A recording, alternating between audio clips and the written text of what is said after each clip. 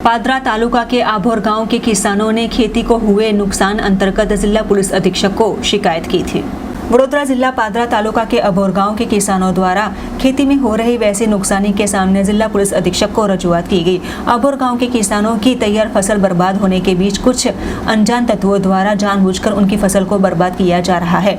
बनी हुई फसल को काटने के साथ सूखी फसल को भी आगचंपी की जा रही है। ऐसे में उनके द्वारा सहायता और तमाम अनजान तत्वों को पकड़ने की मांग करते हुए जिला पुलिस अधीक्षक को रजूआत की गई थी।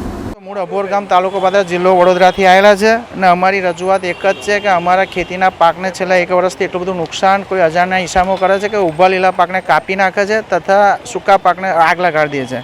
એની બાબતે અમે 3 એફઆઈઆર વડુ પોલીસ સ્ટેશન તથા આઉટ પોલીસ સ્ટેશન માસા રોડમાં અરજીઓ 20 આપી છે અને છેલ્લા એક વર્ષથી અમે આર્થિક નુકસાન તથા માનસિક રીતે બહુ ત્રાસી ગયા છે।